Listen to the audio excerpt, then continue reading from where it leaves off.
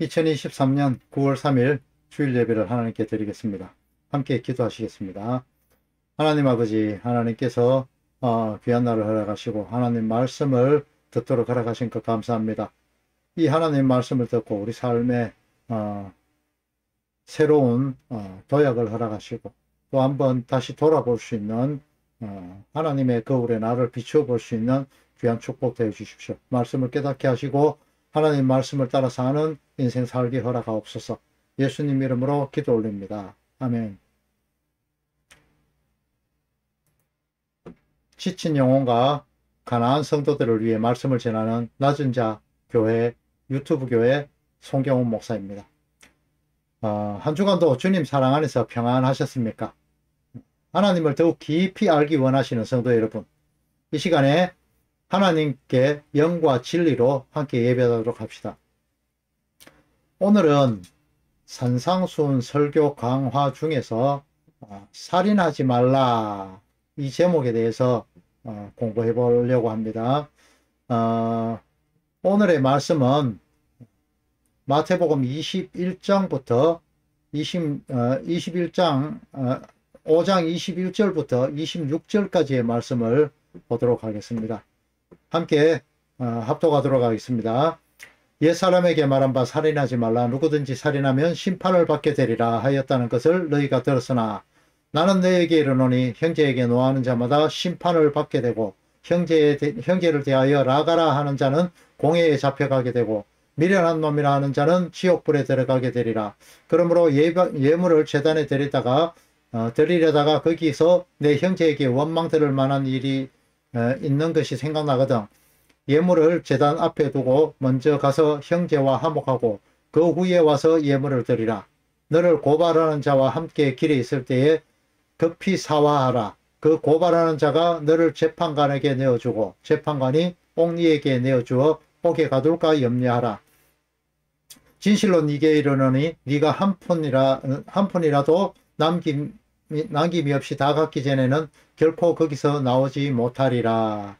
아멘.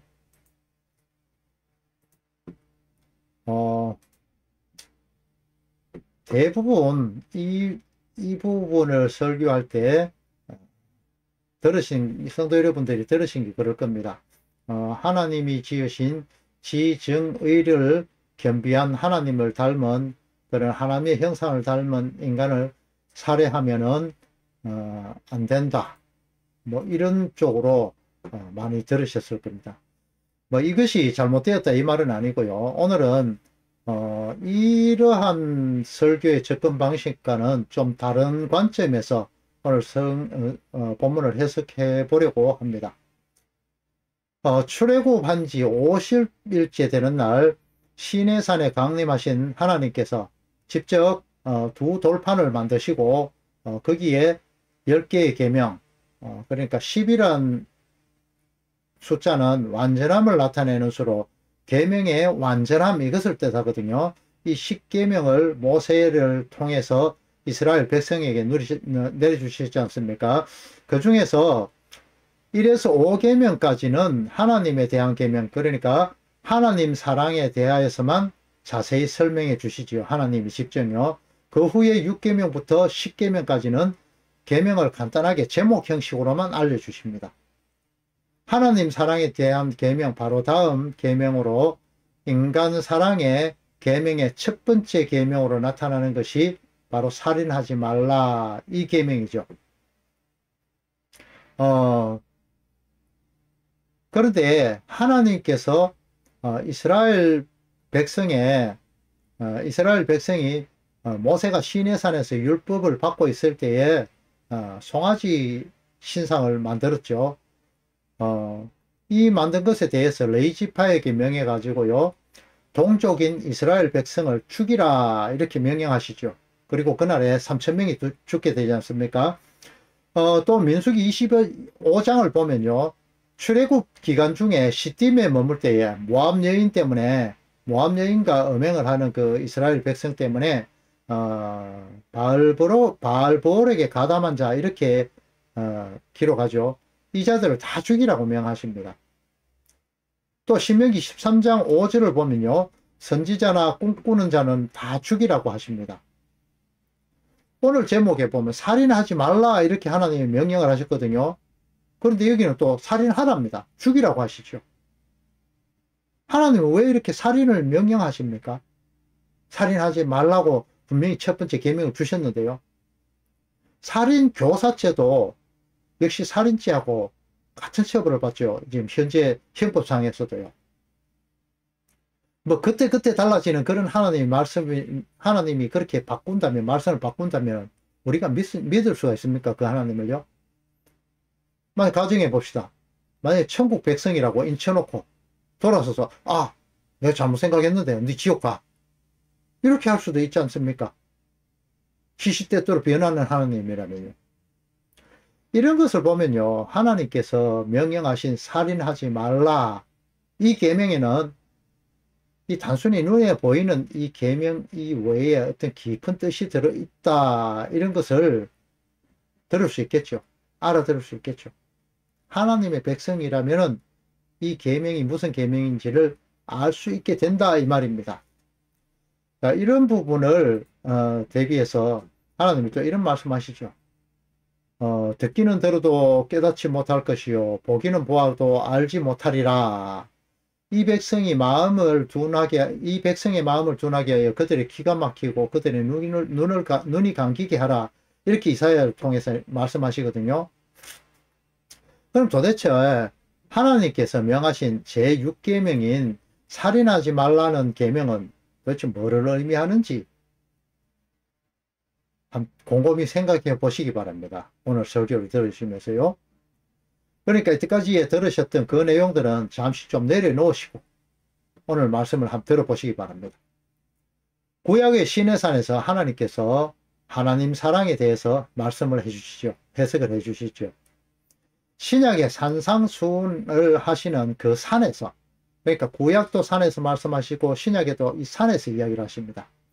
이 시내산에서 제목 형식으로만 주시던 그 내용, 그러니까 이웃사랑에 대한 계명에 대해서 예수님이 오늘 이 본문을 통해서 상세하게 설명해 주시는 장면이 나옵니다.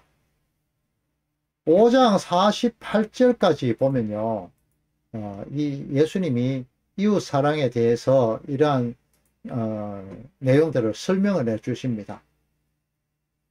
마태복음 22장에 보면요, 크고 첫째 되는 하나님의 계명과 동등한 무게의 둘째 계명이 이웃사랑이다. 이렇게 이야기하고요. 이 두 계명이 온 율법과 선지자, 그러니까 구약 전체에 매어 달려 있다. 이렇게 말씀해 주시고 있습니다. 예수님께서 이 모든 계명을 요약해 주시는 거거든요. 여기서 선지자의 강령이다 할 때 강령이란 단어는요. 크레만님이 이런 헬라어에서 뭐뭐에 매달리다 이런 의미고 영어로 말하자면 행스 이런 말이거든요. 바로 눈에 보이지 않는 하나님 사랑에 대한 모습으로 그런 그 하나님의 계명을 지키자면 나타날 수밖에 없는 크리스찬으로서의 나타나는 그 행위가 바로 택한 자들 이웃사랑으로 나타나게 된다. 이런 의미인 것입니다. 본문은 이 팔복과 연결되어 있고 또 빛과 소금에 대해서 연결되어 있고 율법의 완성을 이루러 오신 예수님과 이렇게 점차적으로 이렇게 연결이 되어 있다는 것을 마음속에 두시고 본 구절을 한번 자세히 보고 이해하셔야만 됩니다. 하나님의 이끄심으로 인한 성도의 그런 박해를 통해서 천국의 백성된 자들에게 비춰지는 그 빛을 흘려내어서 비추는 세상의 빛이며 그 빛이 산 위의 동네인 예루살렘 성전의 추악한 민낯을 드러내게 되는 그런 착한 행실을 하게 되는 것에 이어서 예수님께서 예루살렘의 구원자로 그렇게 1.1획으로 오셔갖고 구원을 완성하셨잖아요. 그리고 이러한 예수님을 빼고 가르치는 행위를 하는 그런 율법주의에 빠진 그 예루살렘, 그것을 그 율법주의를 예표하는 것이 예루살렘이거든요. 예루살렘을 말하는데요. 이 예루살렘을 정지하시고 회개를 촉구하시잖아요. 그리고는 이들을 통해서 새 예루살렘을 만드시고 율법을 완성하신다. 이런 내용 다음에 오는 것이 오늘 본문에 살인하지 말라 이 내용입니다. 이것을 염두에 두시고 오늘 본문을 다시 한번 보겠습니다. 구약에서요. 출애굽기 21장 12절과 레위기 24장 17절, 민수기 35장 9절에서 34절을 통해서 살인하면 심판을 받게 됨에 대해서 말씀하시고 있고, 또 부지 중에, 그러니까 살인의 고의성이 없는 살인, 요즘 율법으로 말하자면요 과실치사에 대해서 말하죠. 이것에 대해서는 민수기에 보면요 도피성을 주어서 죽음을 면하도록 해주시죠. 이 도피성 제도 자체가 예수님을 이야기하는 거거든요. 이렇게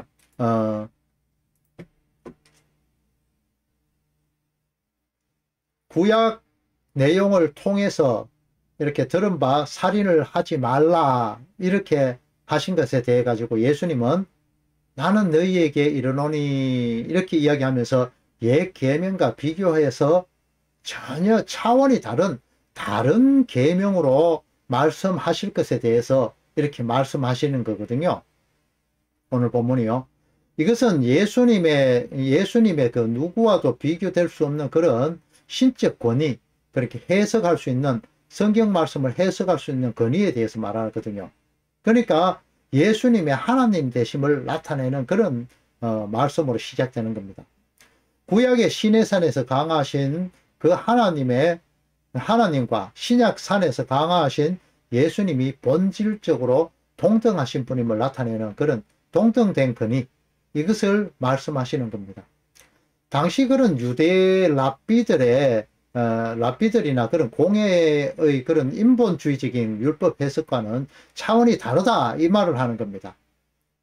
오늘 본문을요 좀 더 깊이 이해하려면 이 형제라는 그 단어부터 먼저 확인해 보아야 되는데요. 성경에서 형제를 제일 먼저 나타내는 것이 가인과 아벨이지 않습니까? 성경 전체를 이해하는 데 있어서 이 아담과 하와에 이어서 나오는 가인과 아벨 부분을 자세히 보고 그 내용의 뜻을 이해하는 것이 아주 중요합니다. 죄된 하와가 아들을 낳게 되는데요. 그 이름이 가인입니다. 그 가인이란 이름의 뜻은요. 획득하다, 소유하다, 아들 이런 뜻이거든요. 히브리어에서 남자를 표현하는 단어가 이시인데요. 이 이시란 단어는 농부, 땅의 사람, 사냥꾼, 들사람, 하나님의 사람으로서 표현되는 선지자 이런 뜻으로 사용되었습니다. 이 땅의 사람인 가인은 땅에 계신 땅의 소산으로 하나님께 제사를 드렸다고 기록되지 않습니까? 그런데 아벨의 뜻은요 공허하다, 호흡의 그 무의미함, 인생의 허물 이런 것을 나타내는데요. 이 원어에 보면은 아벨이 헤벨 이렇게 나타납니다. 그는 양의 첫 새끼를 제물로 바쳤고 또 그 기름을 드렸다 이렇게 기록합니다. 이것은 아담과 하와의 범죄에 속죄의 표시로 주어진 그 짐승의 가죽으로 표현된 양의 죽음과 또 왕과 제사장 선지자에게 부어졌던 그 기름, 그러니까 하나님의 사람인 메시아를 아는 신앙이 그 아벨에게 있었다는 것을 나타내 주는 거거든요. 이러한 하늘의 사람이 땅의 사람 가인에게 맞아 죽게 되는 그 그림을 보여주는 것입니다. 가인이 아벨을 죽인 장소는 덜에 있을 때라고 기록을 하거든요. 성경에. 이 덜이라는 단어를 해석하기 전에 먼저 아담과 하와가 살던 동산부터 그 뜻이 어떤 의미가 있는가 한번 보겠습니다. 동산이라는 단어는 그 간이라는 그 히브리어의 그 간이라는 단어로 표현되는데요. 이거 간이라는 단어는 뜰, 정원, 동산 이런 뜻을 가지고 있는데요. 울로 이렇게 둘러싸여 땅을 의미하거든요. 이것은 구약시대 때에 성전 중에서 지성소를 의미하는 내용과 동일합니다. 왜냐하면요, 아담은 제사장으로서 또 왕으로 선지자로 에덴 동산에서 늘 하나님과 대화할 수 있는 모습, 대화하는 모습들이 있지 않습니까? 그런 특권이 있었고요. 구약시대의 대제사장만이 1년에 한 번 지성소에 들어가지 않습니까? 그 나머지 사람이 들어가면 죽게 되는데 이 대제사장은 들어가도 죽지 않고 하나님과 대면했었습니다. 그런 의미에서 아담은요, 대제사장이고 에덴 동산은 그 지성소다, 이런 말씀을 드리는 겁니다. 그리고 가인이 아벨을 돌로 쳐 죽인 장소로 기록된 이것은 히브리어로 사대라는 단어로 샷다이라는 단어에서 유래가 되는데요. 이것은 일정한 토지나 밭의 그런 의미이고, 범위가 큰 것으로 사유재산, 국가의 영토, 왕의 사유토지, 이런 것을 의미하는 단어로 쓰였습니다. 이것은 구약시대 때 성전 중에 뜰을 상징하고 있어요. 그 성소와 지성소 바깥 부분을 말하죠. 제사를 지낼 때 사용되었던 물두멍, 제단이 있는 그 장소를 이야기합니다. 이 모든 일이 성전에서, 그러니까 하나님이 다스리는 곳에서 그 살인 사건이 발생했다, 이것을 이야기하는 겁니다. 아담과 하와가 그 성소를 나타내는 에덴 동산에서 하나님을 배반했듯이 말입니다. 하나님의 구원 계획을 알고 있었던 아벨을 땅의 사람 가인이 죽이듯이 하나님의 독생자 예수님을 땅의 사람들인 유대인들이 십자가에 달아 죽이는 것을 또 한번 나타내 주게 됩니다. 가인이 자신의 제사를 연락하지 않으심에 대해서 극심한 분노를 느끼게 됨을 하나님이 보시고 선을 행하라고 하면서 잘못을 뉘우치는 회개를 촉구하시는데요. 가인은 하나님이 주시는 이 기회를 뿌리치고 형제인 동생 아벨에게 들러 가자고 유인을 하거든요. 이게 바로 70인역과 벌게이트 역과 사마리아 오경에 나오는 내용입니다. 또 오늘 본문에도 덜에서 이렇게 나오죠. 이 부분을 이야기합니다. 그런데 이때 분노와 불만으로 아벨을 가인은 쳐 죽여버리고 맙니다. 돌로 죽였다고 나오죠. 여기서 아벨을 쳐 죽인다는 문장을 직역해보면요, 가인이 아벨을 향해서 일어섰다, 이렇게 표현되거든요. 이것은 단순히 스탠드, 이렇게 일어섰다는 그런 내용보다는 사탄이 부추기는 죄성으로 인해서 분노와 미움이 극도에 달해서 의도적으로 잔인하게 죽이게 되는 것을 나타내는 거거든요. 이 죽이다라는 단어가 악한 감정을 가지고 의도적으로 잔인하게 죽일 때 사용되는 그런 단어거든요. 요한계시록 2장 9절을 보면요, 유대인이라 하나 실상은 사탄의 회당이다, 이렇게 기록한 내용과 오늘 본문의 내용을 보면요, 가인과 유대인을 그렇게 동일시할 수 있는 것입니다. 여기에 형제라는 의미를 볼 수 있는 것이거든요, 이 부분에서요. 그래서 오늘 본문에 나오는 이 형제라는 것을 여기까지 지금 제가 끌고 온 겁니다. 형제인 아벨은 장자가 아니고 차자입니다. 이 차자가 장자로부터 맞아 죽게 되듯이 장자인 구약의 율법, 그러니까 먼저 온 것이 장자지요. 구약의 율법이 먼저 왔지 않습니까? 이 나중에 온 그 차자 예수님이 그 유대인으로부터, 그 율법을 대표하는 그 유대인으로부터 맞아 죽게 되는 장면. 이것을 구약의 가인과 아벨의 장면을 통해서 짤막하게 보여주시는 겁니다. 이러한 율법 지킴의 행위들보다가 더 낫지 못하면은, 이러한 사람들 율법주의자잖아요. 이런보다 더 낫지 못하면 천국에서 작은 자다 일컬음을 받게 되고, 이렇게 나오는데, 이 작은 자라 하는 것은 천국에 갈 수 없다는 그런 조건을 이야기하고 천국이 될 수 없다. 천국 백성이 아니다. 이것을 이야기합니다. 천국에 작다. 뭐 큰 자다. 이것을 이야기하는 게 아니고요. 천국에 지난주에 말씀드렸죠. 천국에서 크다 적다 이런 자가 있다면 천국도 계급이 생기는 것 같지 않습니까? 이것은 아니거든요. 결코 천국에 들어갈 수 없다. 이것을 이야기하는 겁니다. 유대인에 가지고 있던 그런 율법의 지킴 행위, 나 자신의 하나님 되기 행위, 또 질적으로 이런 것은 질적으로 다른 은혜만으로 인해서 구원을 얻을 수 있다. 이런 것을 나타내는 겁니다. 성경은요, 아담의 사건으로부터 시작해 갖고 동일한 사건들을 다른 모양들로 반복적으로 보여주시고 점점 강하게, 점점 넓게, 또 세밀하게 보여주시는 것들이 있다. 그 내용들로 점철되어 가지고 요한계시록까지 나타내주고 있다. 이것을 잘 염두에 두셔야만 됩니다. 오늘 말씀에요, 보면은 살인하다 이런 내용이 나오는데요.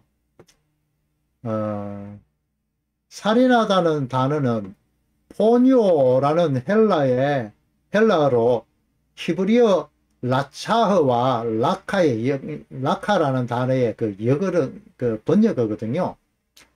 하나님께서 구원을 위해서 백성에게 많은 선지자를 보내니까 그들을 죽이고, 또 역대하 24장 20절에서 21절 보면은 나오듯이 여호야다의 아들 스가랴, 그러니까 마태복음 23장 35절에 보면요, 이것이 바라갸의 아들 사가랴 이렇게 표현되거든요. 이 여호야다의 아들 스가랴가 이스라엘을 회개하라고 촉구하니까 이 사람들이 오히려 스가랴를 성전들 안에서 돌로 쳐서 죽여버리는 장면이 나옵니다. 가인이 아벨을 쳐 죽였던 것처럼 말입니다. 하와가 하나님의 율법을 마음대로 해석해 갖고 하듯이 이러한 행위가 바로 성령을 거스르는, 성령을 모독하는 죄거든요. 율법주의자들은 율법 해석을 인본주의적으로만 해석하고 진리에서는 거리가 멀게 해석합니다.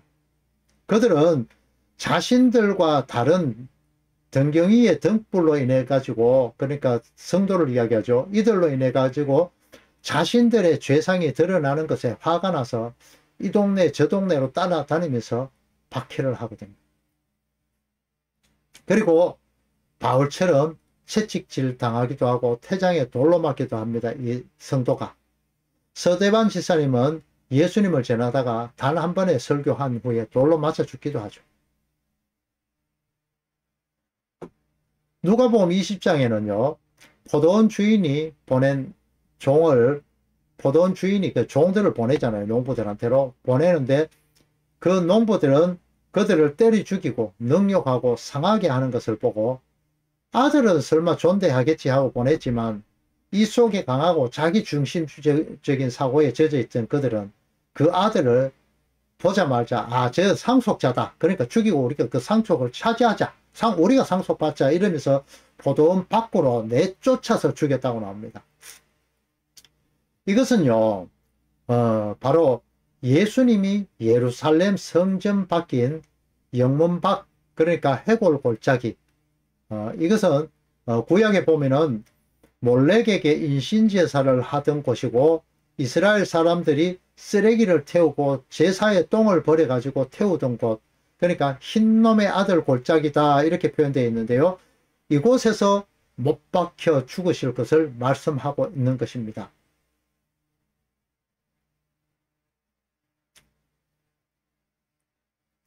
여호수아서에 등장하는 이 흰놈의 골짜기 아들은 게헨나라고 말하고 이것은 바로 지옥을 의미합니다. 이것은 십계명의 6번째 계명에 말하는 바 이 살인의 장소를 이야기합니다. 가인이 아벨을 죽이기 전에 이미 하나님은 그 노하심을 보고 죄를 짓고 싶어하는 그 갈망이 있음을 회개토록 그렇게 동의하고 있습니다. 죄가 너를 원하나 너는 죄를 다스릴지니라 이렇게 말입니다. 오늘 본문 22절을 보면요. 심판받고 공회로 잡혀가고 지옥불로 들어간다는 점층적인 내용을 기록하고 있음을 볼 수 있습니다. 첫 번째 보면요. 가인처럼 형제인 아벨에게 노하지 말라는 것인데 이것은 살인의 전 단계인 마음속에 품는 살이 역시 살인행위라는 것을 그래 살해 마음 품는 거고요. 살이 역시 살인행위라는 것을 그 살인을 품는 자체만 심판받는다 이렇게 이야기하고 있고요. 두 번째는 보면 형제에 대해서 라카 이렇게 되는데 라가라고 이야기하는 그 사람도 공회에 잡혀간다 이렇게 이야기하죠. 라카라는 것은 돌대가리, 미련한 놈 뭐 이런 뜻으로 형제를 멸시하고 그 존엄성을 훼손하는 그런 말이거든요. 하나님이 택하신 사람은 하나님의 형상대로 지어진 존엄한 존재입니다. 그런데 이것을 훼손하는 것이죠. 세 번째 미련한 놈이다 하는 것은 미련한 놈이라 하는 자는 지옥불에 들어간다 이렇게 이야기했죠. 미련한 놈에 해당하는 헬라어는 모레, 이것은 모로스에서 파생된 단어인데요. 라카보다 좀 더 종교적인 차원의 의미를 가지는 단어인데요. 하나님을 부정하는 자, 하나님이 없다고 말하는 자라는 것을 이야기합니다. 이는요. 인간에 대한 하나님의 판단을 가로채는 교만한 자, 이것을 이야기하는 것이거든요. 그러니까 형제를 통해서 형제에게 무신론자라, 그리고 형제를 무신론자로 만들어버린 자, 그런 단어입니다. 미련한 놈, 이렇게 하는 것이요. 그 바로 살인죄다. 그것을 나타내고 있습니다. 예수님은 본절 말씀을 통해 갖고, 살인의 전 단계에 대해서 경고하시고, 아예 거기에 발을 들여놓지 말라. 산 위에서 이런 내용들을 가르치며 경고하는 것입니다. 살인하지 말라. 이 내용은 복 있는 자들에 대한 그 은혜로 살아가는 자들에게 대한 율법주의자들의 살인 행위를 말하는 것입니다. 좀 더 나가서 형제인 예수 그리스도를 죽이지 말라. 이 내용을 말하는 거죠. 이게 도대체 뭔 소린가? 뭐 어떻게 예수님이 우리 형제야? 이렇게 생각되시죠. 이것은요, 성경에 분명히 예수님이 우리 형제라고 말씀하셨습니다. 그 내용을 한번 성경을 통해 보도록 하겠습니다. 요한일서 3장 14절입니다. 우리는 형제를 사랑함으로 사망에서 옮겨 생명으로 들어간 줄 알거니와 사랑하지 않는 자는 사망에 머물러 있느니라. 그 형제를 미워하는 자마다 살인하는 자니 그 형제를 미워하는 자입니다. 살인하는 자마다 영생이 그 속에 거하지 아니하는 것을 너희가 아는 바라. 그가 우리를 위하여 목숨을 버리셨으니 우리는 그를 우리가 이로써 사랑을 알고 우리도 형제를 위하여 목숨을 버리는 것이 마땅하니라.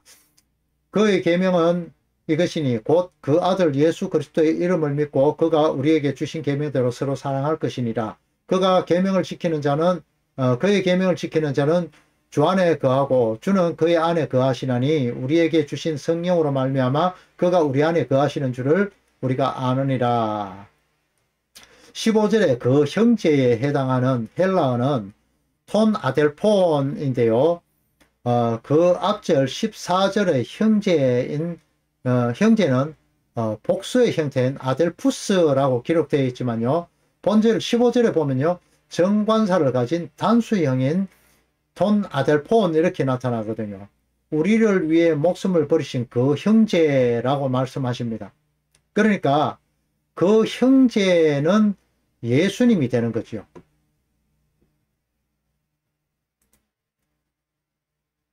자, 하나 말씀을 더 보겠습니다. 또 의아하실 텐데요. 로마서 8장 29절 보면요. 하나님을 미리 아신 자들로 또한 그 아들의 형상을 본받게 하기 위하여 미리 정하셨으니 이는 그로 많은 형제 중에 맏아들이 되게 하리 하심이라. 예수님은 맏아들이 하죠. 히브리서 2장 11절입니다.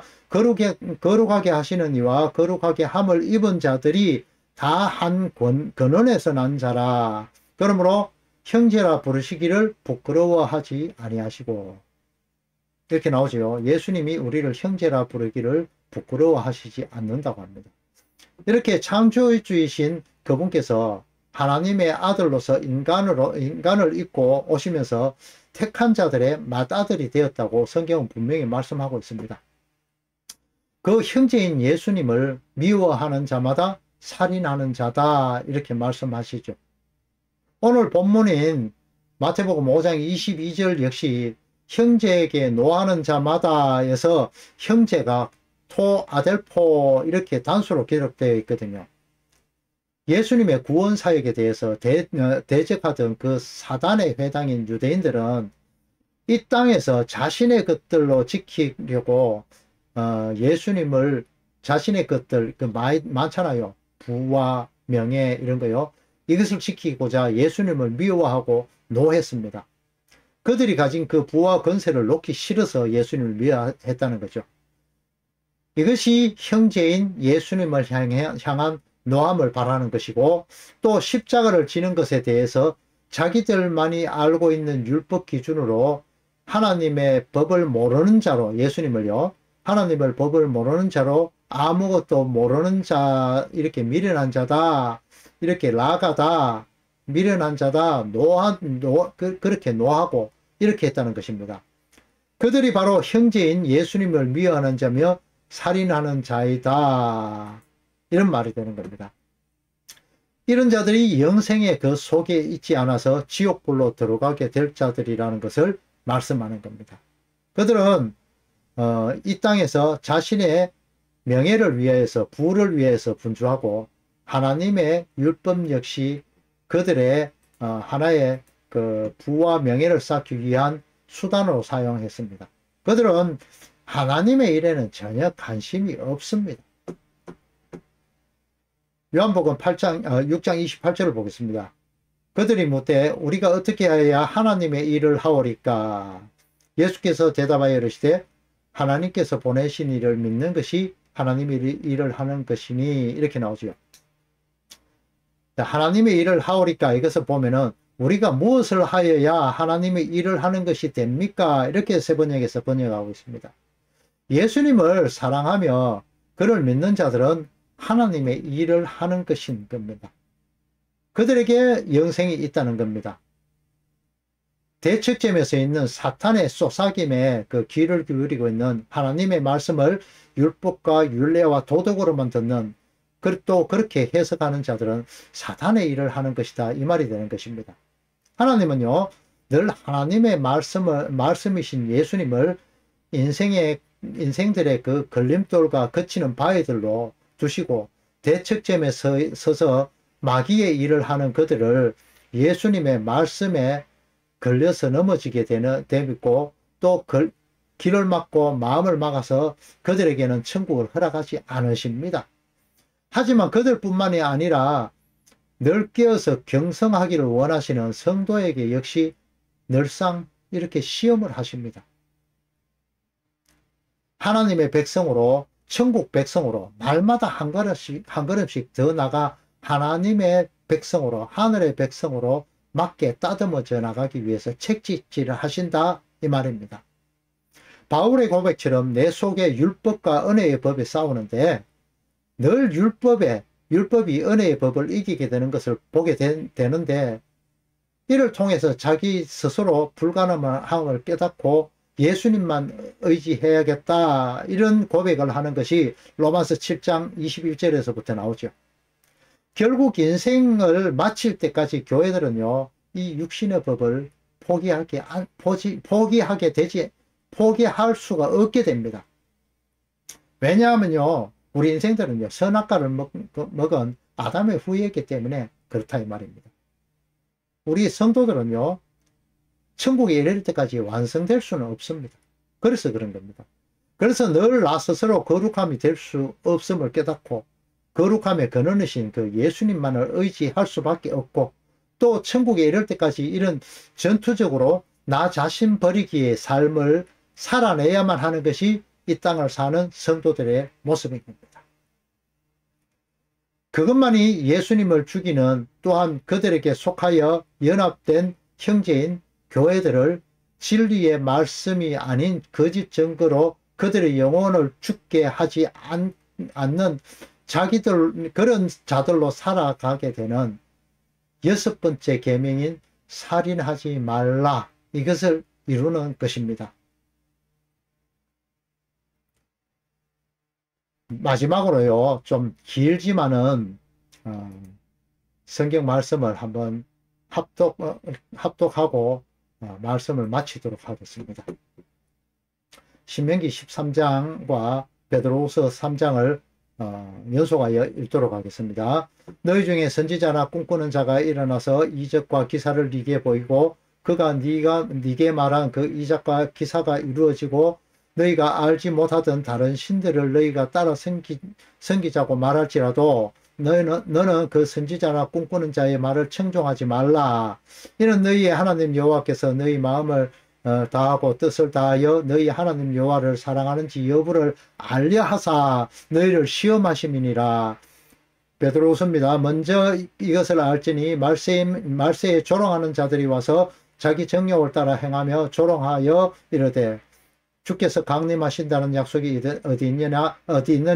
조상들이 잠후로부터 만물이 처음 창조된 때와 같이 그냥 있다 하니, 이는 하늘이 옛적부터 있는 것과 땅이 물에서 나와 물로 성립된 것도 하나님의 말씀으로 된 것을 그들이 일부러 잊으려 함이라.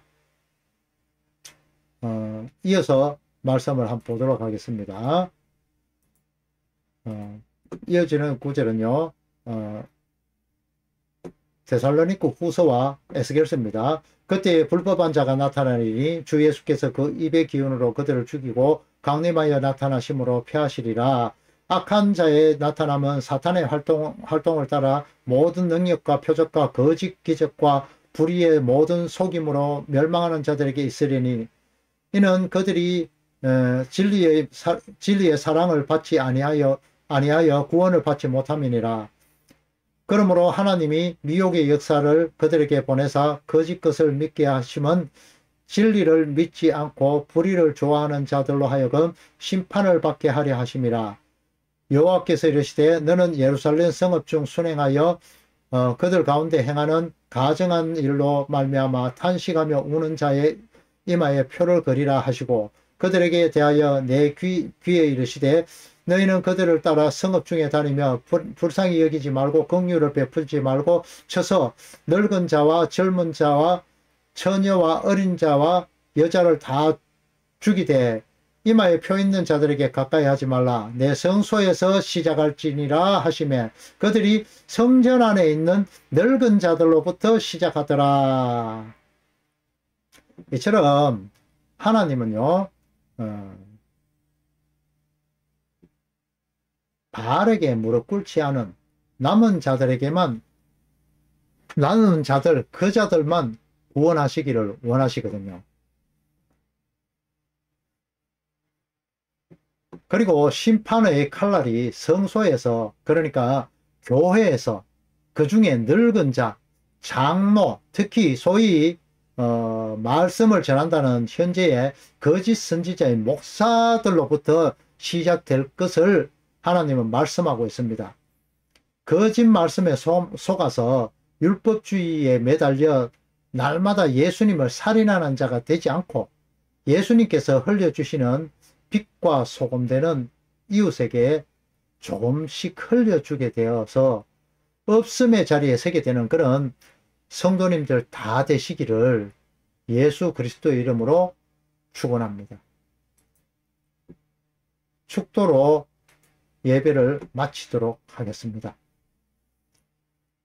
이제는 교회 머리 대신 성자 하나님의 은혜와 우리를 구원하시기 위하여 독생자를 보내주신 성부 하나님의 크신 사랑과 성령 하나님의 교통하심이 나 자신의 무의미함을 고백하고 하나님을 의지하며 하나님 때문에 살아감을 고백하며 없음의 자리가 나의 자리임을 고백하는 모든 성도에게 이제로부터 영원토록 함께 있을지어다. 아멘.